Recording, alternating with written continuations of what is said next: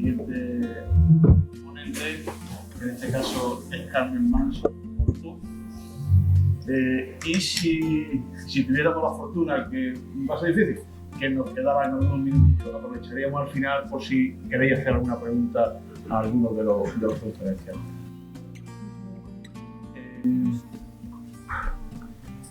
Carmen es doctora en Historia del Arte, pertenece a trabaja o forma parte de la Real Academia de la Historia y ha publicado, tiene numerosos trabajos y publicaciones en el que tampoco voy a perder tiempo en ello.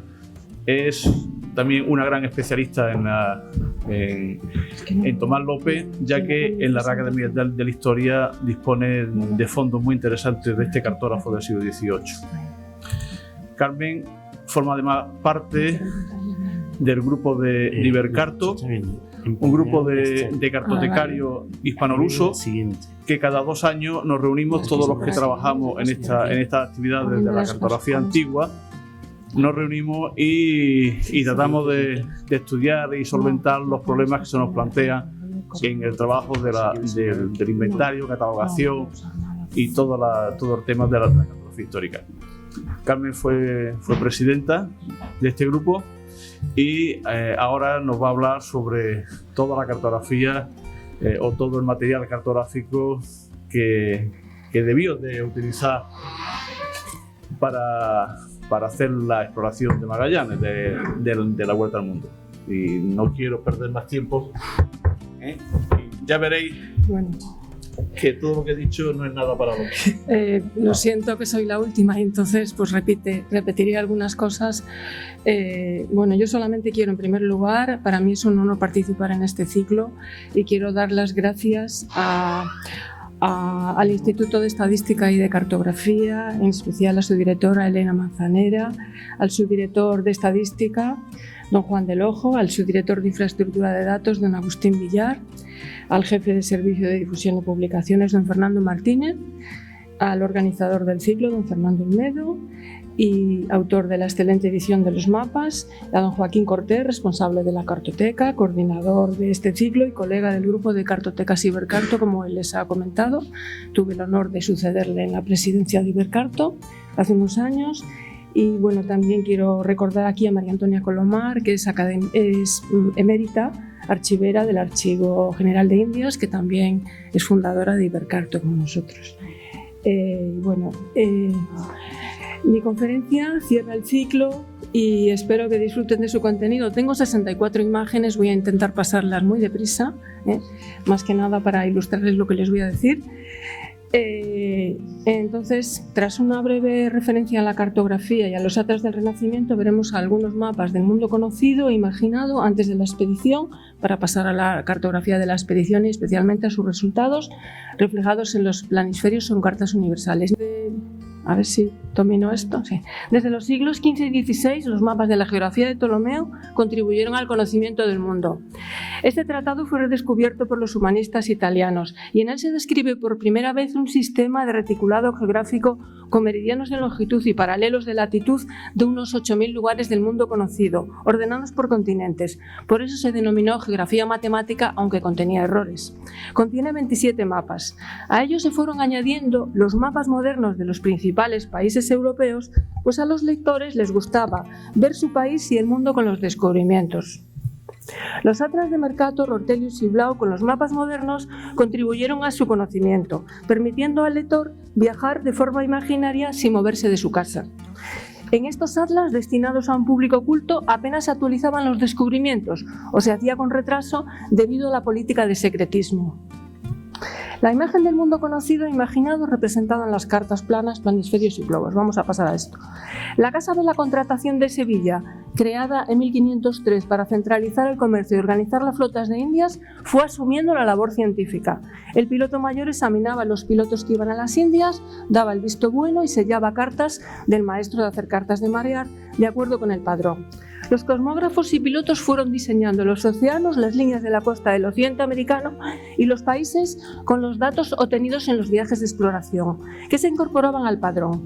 Por Real Cédula de 1508, el cargo de piloto mayor recayó en el florentino Américo Vespucio, que se encargó de poner al día el padrón real. Las cartas universales representaban el mundo conocido. La carta de Juan de la Cosa, ya la han comentado, o sea que voy a pasar de ella solamente, que se construyó para mostrar a los reyes católicos y carece de escalas de latitudes porque entonces no se sabía navegar por las latitudes. Américo Vespucio llevó a Sevilla el regimiento del astrolabio, la astronomía náutica y las latitudes, que fueron aprendiendo los pilotos. Al pasar del Mediterráneo al Atlántico, la cartografía portuana de navegación estimada sirvió de modelo durante muchos años para los descubrimientos en el Caribe, pero la ampliación hacia el Atlántico Sur dio paso a la navegación astronómica y a la formación de cartas náuticas de latitudes, que se hacían en función de latitudes observadas con instrumentos astronómicos adaptados a la navegación oceánica, astrolabios, cuadrantes y otros aparatos. Es el tipo de navegación empleada en la expedición Magallanes-Elcano. La primera carta de latitudes observadas, ya la paso también rápido, es el Planisferio de Cantino, construido en Lisboa por un cartógrafo portugués. Representa las islas descubiertas en la parte de la India. La producción de la Casa de Contratación de Sevilla, con cartas de escalas de latitudes, seguirá este modelo. Entre 1506, 1501 y 1502, Coello y Américo Vespucio exploraron las costas de Brasil hacia el sur y llegaron hasta latitud de 32 grados. Debido a un temporal, anduvieron alejados de la costa sin ver tierra. Vespucio consideraba que las tierras por él visitadas formaban parte de un mundo nuevo y pensaba que más allá de la línea equinoccial no había un continente sino un mar. Los portugueses hicieron otros 2 viajes por Brasil y después se volcaron por el sur y por el sudeste de África. En 1501 llegaron a Goa y en 1511 ocuparon Malaca con la participación de Magallanes. Allí se estableció un puerto de intercambio de especias y Magallanes regresó a Portugal. En el primer decenio del siglo se desarrolla una nueva forma de concebir y representar el mundo, diseñando globos terráqueos sobre un papel en forma de husos para fijarlos sobre un casquete esférico. En el Gymnasium Borgesiano de Saint-Dié, bajo el patrocinio del duque Renato II de Lorena, el humanista Matías Reimann y el cartógrafo Martín Waldseemüller formaron bellos mapas convencionales. El duque de Lorena les entregó una carta de Américo Vespucio con dedicatoria al duque de Lorena, al estadista Soderini, sobre las navegaciones en las que había él participado y las tierras recién descubiertas por españoles y portugueses. La carta se tradujo al latín y Reimann preparó una edición de la obra Cosmografía que contiene un resumen de la geografía de Ptolomeo y los resultados de las exploraciones de los portugueses y castellanos. A Reimann le fascinó el relato de Vespucio sobre las tierras al sur del Ecuador que formaban un cuarto continente independiente. Waldseemüller formó un pequeño globo terráqueo y un mapa mundi en 12 hojas, que lo han visto antes, que mostraba las nuevas tierras como un cuarto continente separado de Asia por un océano. Los mapas coetáneos mantenían la idea de que las nuevas tierras estaban conectadas por Asia. Estamos ante una conjetura culta elaborada a partir de una narración impresa que circulaba por Europa. Como los demás continentes llevaban el nombre de mujer, Reimann sugirió que este nuevo continente, supuestamente descubierto por Vespucio, debía de ser feminizado y llamarse América en honor de América. En el mapa aparece escrito el nombre de América, pese a que el nombre de Cristóbal Colón antecede al de Vespucio en la explicación del recuadro superior, y en la parte septentrional del continente se lee «Tota esta provincia inventa es per mandatum regis Castelli». En la parte superior central se sitúan los 2 hemisferios. A la izquierda, el Viejo Mundo con el retrato de Ptolomeo. A la derecha, el Nuevo Mundo con el retrato de Vespucio. En este caso, sobre el nuevo continente figura el topónimo Terra Incognita. En pocos años, Mundus Novus será reemplazado por América.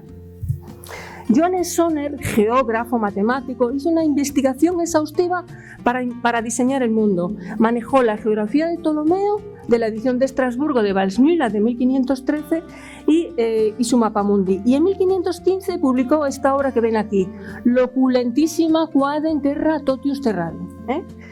un tratado de cosmografía con una descripción de continentes y ciudades. Para describir América utilizó la información de un folleto alemán que ven a la derecha, que narraba una expedición portuguesa de 2 barcos que en los años 13 y 14 habían intentado entrar en un estrecho marítimo, pero habían sido derribados por fuertes contravientos.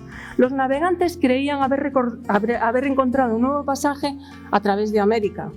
Sonner colocó el nuevo estrecho a 44 grados al sur de Brasil y Regio. América es la cuarta parte del orbe y se muestra como una alineación de 3 continentes distintos, separados por pasos entre el Atlántico y el Pacífico.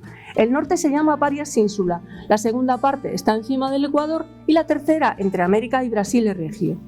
Les muestro el globo que acompañaba al manual. Se ve un paso entre el Atlántico y otro del mar del sur o Pacífico que no se conocía, pero su imagen y su descripción circulaban en letra impresa por Europa. Quizás fuese uno de los globos y manuales en los que se sustentase la idea de Magallanes de buscar la ruta a Molucas por el sur respetando Tordesillas, no lo sabemos. Ni Portugal ni Castilla se prestaban a la divulgación de sus descubrimientos en la línea de demarcación de Tordesillas, pues seguían una política de sigilo. Continuamos con la producción de la Casa de la Contratación y los preparativos. Por Real Cédula de 6 de octubre de 1518 se mandó a Hernando Colón poner al día el padrón real para el viaje. Por entonces se construyó la Carta Anónima de las Antillas de Sudamérica. Es la primera formada con latitudes observadas y la primera que muestra el descubrimiento del Mar del Sur por Balboa. Ya se lo han comentado otros colegas. En 1513, atravesando por tierra el Istmo de Darién, un mar que conducía por el oeste a las Islas de las Especias. A ellas habían llegado los portugueses por la ruta del Cabo de Buena Esperanza. Otras expediciones buscaron el paso por el Golfo de México y al no encontrarse se proyectó ir hacia el sur del continente. El conocimiento del mundo en globos tridimensionales y mapas mundis dibujados con los 2 hemisferios circulares demostraba que la línea de demarcación de Tordesillas, es decir, el meridiano del Atlántico, se podría alargar hacia el otro hemisferio como un antimeridiano para completar la línea de un círculo, sobre un círculo. El mundo se dividía por un meridiano y un antimeridiano. Veamos ahora materiales presentados para la expedición de Magallanes. Magallanes llegó a Sevilla el 20 de octubre de 1517 con su propuesta para navegar por el sur y llegar a las Molucas. Le acompañaron, ya lo han dicho, cosmógrafos y cartógrafos portugueses Rui Faleiro, Francisco Faleiro, Juan de Aranda, factor de la Casa de la Contratación, les facilitó una entrevista en Valladolid con el canciller flamenco Juan Selvagio. Se interesaron también el arzobispo Fonseca y los comerciantes burgaleses hermanos de Haro. Carlos I había desembarcado en las costas cantábricas con su séquito de cortesanos flamencos el 19 de septiembre de 1517. El 9 de febrero del 18, las Cortes de Castilla, reunidas en Valladolid, juraron como rey a Carlos y a su madre, junto con su madre Juana. El monarca estudió la propuesta de Magallanes y la aprobó. El 22 de marzo se firmó la capitulación y a comienzos de septiembre se inician los preparativos. A Carlos I le gustaron los materiales cartográficos que le presentaron. Bartolomé de las Casas se refiere a un globo bien pintado con toda la tierra, marcando el camino a seguir, salvo el estrecho que había dejado en blanco para que nadie se lo saltease. Los globos de Valsmüller y Sonner muestran un paso por el sur de América y en algunos planisferios la costa de Brasil se prolongaba hacia el sur. En la corte portuguesa hubo intrigas y disgustos. Portugal tenía su ruta segura para llegar a la especiería. Rui Faleiro había venido a España porque se le había denegado un oficio de cosmógrafo y Magallanes no había recibido los beneficios esperados al regresar de Malaca. En 1519 Jorge Reinel trabajaba en Sevilla para Magallanes. El 18 de julio Sebastião Álvarez, agente de Portugal, informaba desde Sevilla que Magallanes había fijado una derrota para el viaje desde Sanlúcar rumbo a Cabo Frío, dejando a Brasil a la derecha para pasar la línea de partición y de allí navegar al oeste y al noroeste derecho al Maluco. Además había visto la tierra del Maluco dibujada en un globo y en una carta que había hecho Jorge Reinel y que había terminado su padre. En este escrito narra también las gestiones que hacía para intentar que Magallanes y Faleiro regresaran a Portugal. El rey quería recuperarlos. No menos preocupante era el dato de que por ese padrón o carta de Reinel se hacían todas las cartas de la Casa de la Contratación, con Diego Rivero, lo mismo que las agujas, cuadrantes y esferas. Es decir, el estilo cartográfico de los Reinel estaba influyendo en el modelo de padrón real que se iba a desarrollar en la Casa de la Contratación a la vuelta del viaje. Magallanes y Faleiro prepararon cartas de marear con los portugueses y con los pilotos de la Casa de la Contratación. Al monarca se le pudo mostrar un globo pintado, una carta circular y un planisferio. Aquí vemos, ya lo ha señalado también mi colega, el planisferio anónimo de Múnich, atribuido a Jorge Reinel, también conocido como Kunstmann IV. El pergamino se conservaba en la Biblioteca Bávara de la Armada de Múnich y se perdió al terminar la Segunda Guerra Mundial. Del original conocemos una fotografía de 1935 y en 1843 el oficial bávaro Otto Progel hizo una edición facsímil coloreada, que es la que conocemos. Sirvió para preparar el viaje de Magallanes. El estilo es portugués. Las Molucas se sitúan en el hemisferio español, es decir, a la izquierda del planisferio, a unos 170 grados al oeste del meridiano de Tordesillas. Las leyendas en latín informan de las tierras descubiertas por españoles y portugueses al sur del Cabo de San Agustín, a poniente del Atlántico y separadas de Asia. No hay estrecho al sur de Brasil, pero sí una extensión de mar que baña la costa de un cabo a la misma latitud que el de Buena Esperanza. Fue uno de los planiferios diseñados para defender los intereses castellanos. Por primera vez, el Ecuador está graduado en los grados de longitud hasta los 360 grados de su perímetro y se muestra al mundo conocido desplegado sobre un pergamino bidimensional. En este mapa mundi del llamado Atlas Miller vemos una visión sintética del mundo en 1519. Está diseñado con influencias tolemaicas, con los océanos envueltos por las tierras, para rebatir el viaje de Magallanes. Muestra el hemisferio de Portugal según Tordesillas y la ruta de Oriente como única para llegar a las Molucas. El 7 de marzo de ese año, el rey Manuel contrajo matrimonio en terceras nupcias con la infanta Leonor de Austria, hermana del rey Carlos. Anteriormente se había casado con Isabel y María, hijas de los reyes católicos.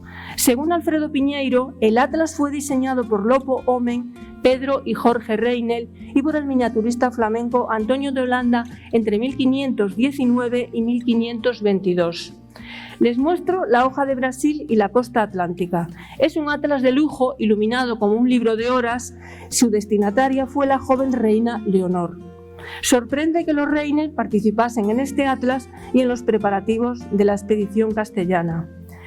En la capitulación se les obligaba a respetar los límites del rey de Portugal para evitar conflictos familiares. El tal descubrimiento habéis de hacer con tanto que no descubráis ni hagáis cosa en la demarcación en límites del sacratísimo rey de Portugal, ni muy caro y muy amado tío e hermano, ni en perjuicio suyo, salvo dentro de los límites de nuestra demarcación.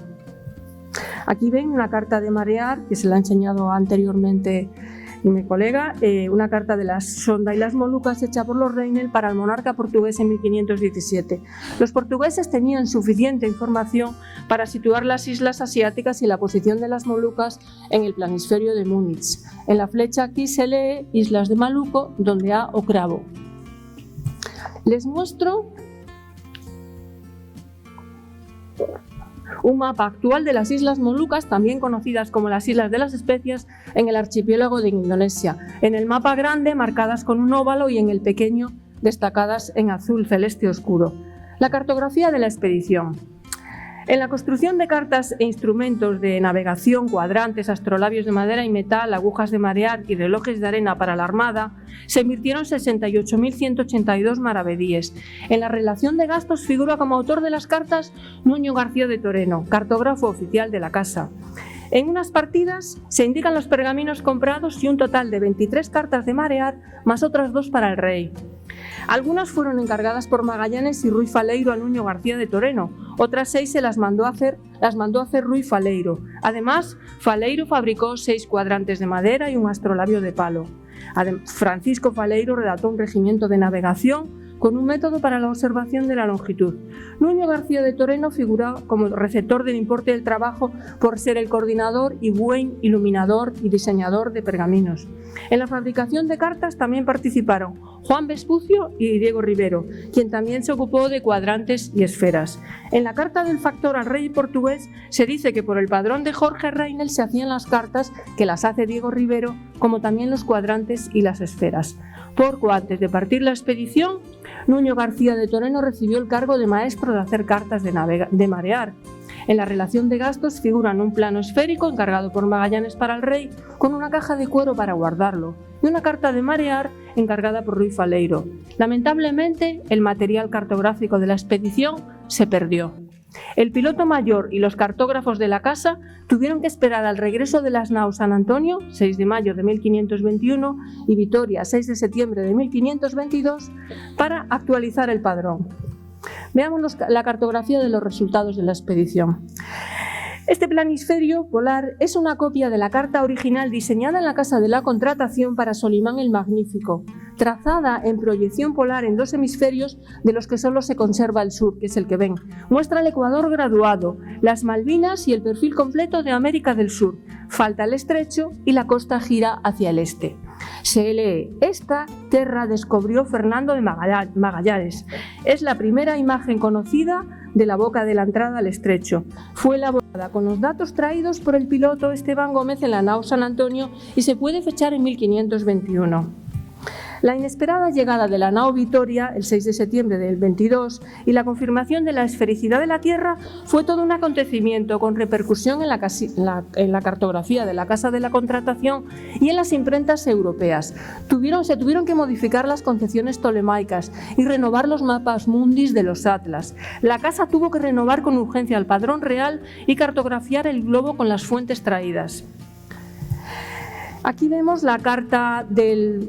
el emperador requirió la presencia en Valladolid del cosmógrafo Nuño García de Toreno para fabricarle una carta con la ubicación de las Molucas, ante el inevitable litigio con Portugal. La carta muestra el sur y sudeste de Asia, el Océano Índico, la península de Malaca y las Islas Molucas, al este del antimeridiano, dentro de la demarcación española. Está firmada y dice: fue hecha en la noble villa de Valladolid por Nuño García de Toreno, piloto y maestro de hacer cartas de navegar de su majestad, año 1522. La línea del antimeridiano que pasa por Sumatra se marca en rojo. A su lado la escala de latitudes desde 41 grados sur a los 30 norte. En las tierras del interior hay vistas de ciudades y reyes entronizados. En el mar vemos las 5 naves de la expedición de Magallanes Elcano. Para Luisa Martín fue regalo de Carlos V a su cuñada Beatriz de Portugal, casada con Carlos III de Saboya. Es una carta de propaganda. Una breve pasada de los dibujos que hizo Pigafetta antes de comentar las cartas. Saben que embarcó en la nao Trinidad como criado personal de Magallanes y escribió un diario y dibujó unos bocetos del Estrecho y del Pacífico. Les muestro algunos dibujos iluminados que se conservan.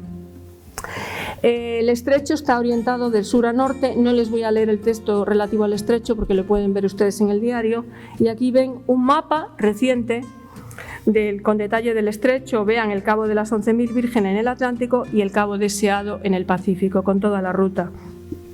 La isla de los Ladrones y un velero con nativos, la isla de Matán en Filipinas, en donde murió el capitán general, arriba Ben Bohol, abajo Zugú, en el dibujo de la derecha las Islas Molucas y el árbol de las especias. El planisferio anónimo de Turín de 1523, que ven aquí, es copia del primer padrón real fabricado con la información traída del viaje. Es la primera carta universal trazada sobre un plano abarcando toda la superficie terrestre de los 360 grados de la longitud de la línea equinoccial del orbe terrestre y la primera que muestra el mundo conocido después de la expedición. En el extremo izquierdo se representan las Molucas al este del antimeridiano de Asia para reivindicar la jurisdicción castellana. En Tidore se lee: aquí cargaron, se refiere a Elcano y su tripulación. Hay 2 sistemas circulares de rosas de vientos con 32 rumbos. Se marcan los 5 paralelos, el Ecuador, los trópicos de Cáncer y Capricornio y los círculos polares Ártico y Antártico. Hay 3 escalas de latitudes. en el Atlántico, en el Pacífico y en la costa de la India. El estrecho descubierto por Magallanes se denomina Bahía de Todos los Santos. Hay pocos elementos decorativos y leyendas explicativas, y faltan las imágenes reivindicativas que veremos en otras cartas. Lo más destacado, los míticos montes Luna de África, herederos de Ptolomeo, y la cordillera del Atlas, y en América los árboles del Amazonas. Aquí vemos el mapamundi de Juan Vespuccio, que representó la redondez de la Tierra sobre un pergamino con dos hemisferios en proyección azimutal equidistante polar. El original se perdió. ¿Están viendo? Una copia grabada en Italia en cobre en 1524. Esta proyección se usó en la Casa de la Contratación para representar en el globo terrestre el meridiano de Tordesillas y el antimeridiano de Asia, que aquí les he marcado en rojo. La línea de Tordesillas se representa en el meridiano 315. Al pasar por el polo norte, se convierte en el meridiano asiático 135, cortando el estrecho de Malaca entre Sumatra y la península de Indonesia. Las Molucas quedaban en el lado español, dejando al imperio portugués de las Indias Orientales dentro del Océano Índico. En la realidad, las Molucas están 7 grados en la parte portuguesa. El mapamundi grabado se empleó en las juntas del Bas y Badajoz del año 24, convocadas para llegar a un acuerdo con Portugal sobre la prolongación del meridiano en Asia y resolver las reclamaciones sobre las Molucas. Se reunieron peritos de ambas partes. Por España, Durán, Caboto, Vespuccio, y que defendían que la línea debía estar a los 22 desde 9 millas al occidente del centro de la isla de San Antonio, la más occidental de las de Cabo Verde. Los portugueses marcaron en su mapa la línea a los 21 grados 30 minutos al occidente de San Antonio. Las juntas se disolvieron ese mismo año sin llegar a ningún acuerdo y se fabricaron otras cartas a partir del padrón real, y Carlos V se preocupó de difundirlas por las cortes europeas para dar a conocer sus aspiraciones sobre las islas. Portugal hizo todo lo contrario, mantuvo una política de sigilo en su cartografía. Los planiferios que se fabricaron hasta 1529 son documentos diplomáticos que muestran los intereses castellanos, la línea de partición, la ruta de la primera circunnavegación iniciada por Magallanes y concluida por Elcano, y la división del mundo en dos partes con un meridiano y un antimeridiano.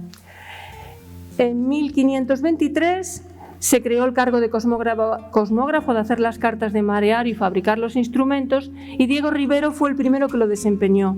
Había trabajado en las cartas de marear y en la fabricación de los instrumentos para la expedición con Nuño García de Toreno. Ambos diseñaron en 1525 dos planisferios para obsequiar a los cardenales Juan Salviati y Baltasar de Castiglioni, legado y embajador del Papa Clemente VII, respectivamente, que asistieron a la boda de Carlos V con la princesa Isabel de Portugal, celebrada en este Real Alcázar el 11 de marzo de 1526. La boda fue oficiada por el cardenal Salviati. Los planisferios son copia del padrón real, dibujados e iluminados como preciosos objetos de arte para mostrar al Papa la dimensión del poder imperial y la labor evangelizadora de la monarquía hispana. Aquí ven el planisferio de Salviati atribuido a Nuño García de Toreno. La línea de Tordesillas divide los hemisferios portugués y castellano con la inscripción línea de repartimiento entre Castilla y Portugal. No se traza el antimeridiano, y las Molucas y las Filipinas se representan duplicadas al este y oeste del planisferio para reafirmar el territorio. La nao Vitoria aparece en el Pacífico y en el Índico con las banderas de Castilla y el escudo del emperador. En el Pacífico, la del emperador, con la leyenda Hic ratis equinque est totum qui circui orbim. Esta es una de las naves que circundaron el orbe. Destacan los motivos decorativos, escudos de armas del cardenal, los 4 soplones en los ángulos, rosas de vientos, ciudades, jaimas árabes, cartelas en oro, topónimos en latín, etc. Aquí ven el planisferio de Castiglione, que era un noble cortesano, diplomático y escritor italiano, autor del famoso El Cortesano. Abrazó el estado eclesiástico en 1520 y 4 años después fue nombrado nuncio y colector general de la Cámara Apostólica en España. Recibió este obsequio en Sevilla cuando asistió a la boda de Carlos V e Isabel. En el anillo del astrolabio náutico del margen inferior izquierdo figura la fecha 1525. Las Molucas, como en el anterior, se duplican en ambos extremos con sus respectivos letreros. Provincia de Maluco, para destacar otra vez la soberanía de Castilla. En otras cartelas, situada en el meridiano 0, se lee línea de partición. No se marca ni el meridiano ni el antimeridiano, pero se entiende que la línea bajaba en ese punto y enlazaba en el sur con las dos banderas de Castilla y Portugal que se asientan sobre la cartela del polo antártico. Las puntas de sus astas se enlazarían hacia el norte, en donde estaría la línea de demarcación. Otras dos banderas con las armas de Castilla se representan en los dos extremos inferiores, en la línea que correspondería al meridiano, para reivindicar que las Molucas pertenecían a Castilla. Vean el topónimo al lado, estrecho de Fernán de Magallanes, aquí. Por primera vez se incorporan los diseños de los instrumentos de los pilotos que llevaban en sus viajes de exploración para la navegación astronómica: el astrolabio náutico, el cuadrante para medir la altura del Sol respecto al horizonte durante el día y la de las estrellas en la noche, y la tabla circular de declinación magnética, el Circulus Solaris, sobre el Pacífico, para entender que la navegación celeste y su relación con el astrolabio y el cuadrante. Aquí lo tienen otra vez, el mismo. El planisferio de Juan Vespucio, que tienen aquí, ese planisferio con las tierras descubiertas hasta 1526 es otra copia del padrón real. Varios navíos portan banderas portuguesas y castellanas, las del Pacífico, la castellana. En esta fotografía antigua de la Real Academia de la Historia se lee en el Estrecho de América del Sur, Estrecho de Sant Antón, que descubrió Hernando de Magallanes por mandato de sus majestades. En las Molucas, representadas al este de la carta, se lee: estas son las islas de Maluco, a donde nace el clavo que descubrió Magallanes por mandato del rey don Carlos de Castilla. En las Molucas, representadas al oeste de la carta, se lee: Isola de Jojolo, es de Maluco, a donde nace la especiería e el clavo del rey de Castilla. Juan Vespucio fue despedido de la casa por negarse a ir como piloto en la flota de García de Loaísa a la especiería. A pesar de todo, firma el planisferio. Juan Vespucio, piloto de Su Majestad Nefécid en Sevilla, año 1526, y lo decora con el escudo imperial. Es la primera vez que un piloto de oficio confecciona una carta, un planisferio de grandes dimensiones, y lo firma. Solo firmaban los cosmógrafos Nuño, García y Diego Rivero. Es el año en el que Carlos V contrajo matrimonio con Isabel de Portugal.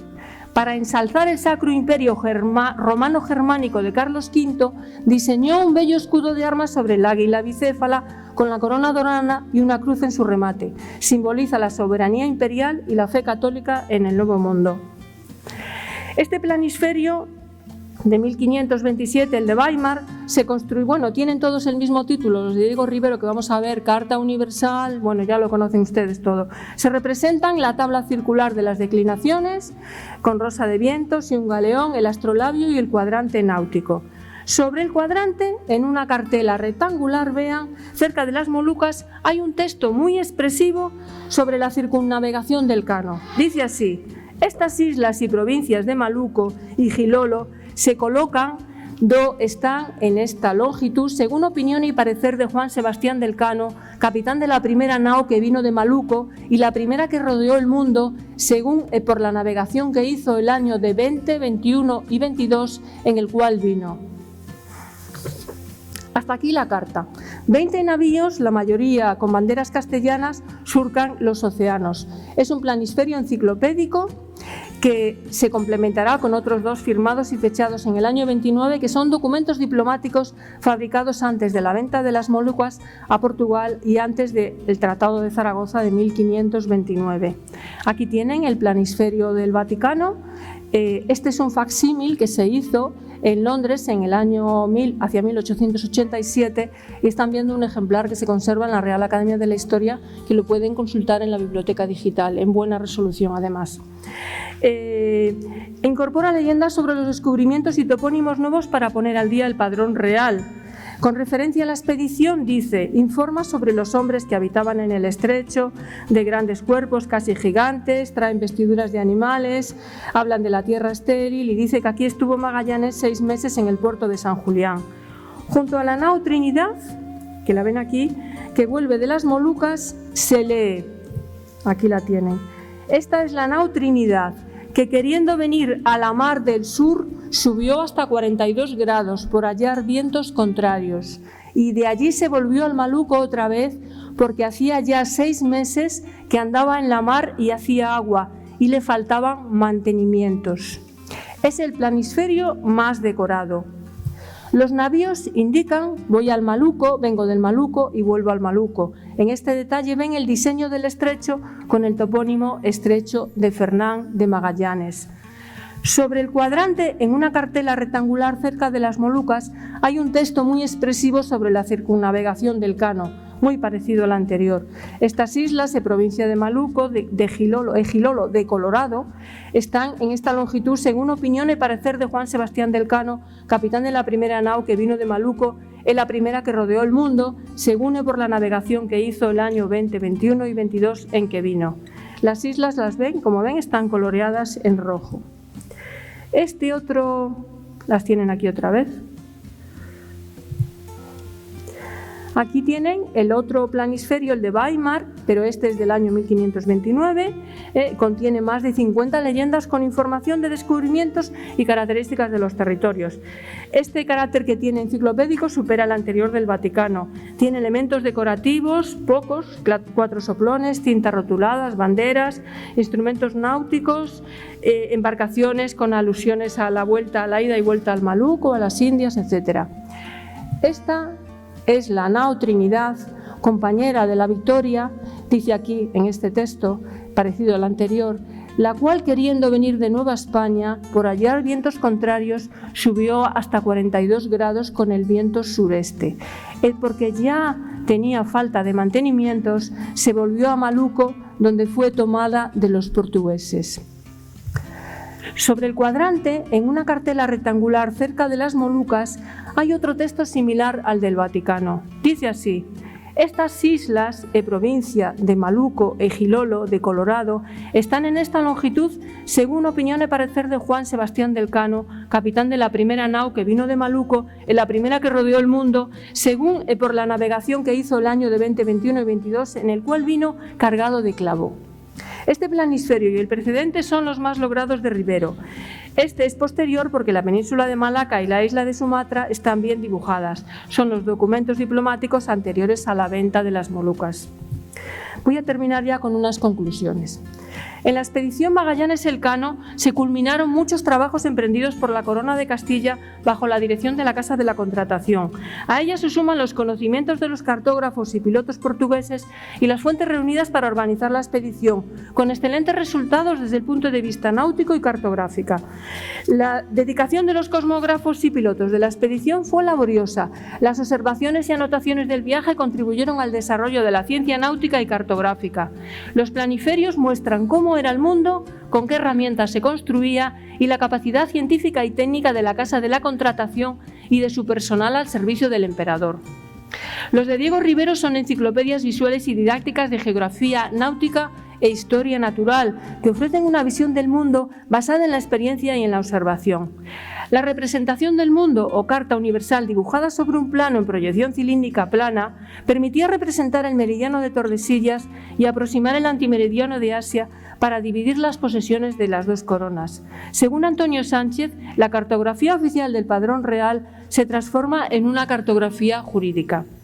Al analizar la cartografía anterior al viaje de Magallanes, hemos visto cómo fue cambiando la forma y el tamaño del planeta y cómo se fue diseñando en mapamundis y globos. En el Tratado de Tordesillas, el mundo se dividió en una línea de demarcación desde el polo ártico hasta el polo antártico, a 370 leguas de las islas de Cabo Verde. Según se ve en las cartas portuguesas y españolas de comienzo de siglo, la partición se hizo solo en el Atlántico. No se pensaba en un antimeridiano porque no se conocían bien las coordenadas en el Océano Índico. Como ha señalado Tomás Diouf, después de la firma del Tratado de Tordesillas y antes del de Zaragoza, las dos coronas reconocieron que el meridiano de Tordesillas se prolongaba al otro lado del hemisferio formando un círculo. Esto ocurrió cuando portugueses y españoles ampliaron su conocimiento del mundo más allá del Atlántico, organizando viajes de exploración al este y al oeste de la línea de demarcación. En la carta de Juan Sebastián Elcano al emperador, comunicándole los principales logros del viaje, le decía: «Mas saberá tu alta majestad lo que más sabemos de estimar y tener es que hemos descubierto y redondeado toda la redondeza del mundo, yendo por el occidente y veniendo por el oriente». Carlos V concedió a Juan Sebastián Elcano un escudo de armas, castillo de oro y las figuras de las 3 especias traídas de las Molucas, palos de canela, nueces moscadas y clavos. Sobre el escudo un yelmo y por cimera un globo terráqueo de oro con una cinta y el lema «Primus circumdedisti me». Fuiste el primero en darme la vuelta al mundo. Los globos fueron instrumentos de conocimiento del mundo y exaltación de los imperios de Juan III de Portugal y de Carlos V. En los tapices de las esferas se rememoran las gestas de la casa de Avís. En las figuras de Júpiter y Juno, amparando a la tierra, están personificados los reyes de Portugal, Juan III y Catalina de Austria, mostrando sus territorios en África y en la India. A Carlos V le gustaba contemplar la extensión de su imperio en los globos terráqueos. Envió a uno a su hermano el archiduque Fernando con la ruta de la circunnavegación de la nao Victoria. El mundo se había globalizado y se podía contemplar y explorar en un globo terráqueo, en un planisferio o en un mapamundi dibujado en 2 hemisferios. La cartografía fue instrumento esencial en el primer viaje de la circunnavegación, la mayor gesta del 500. Muchas gracias.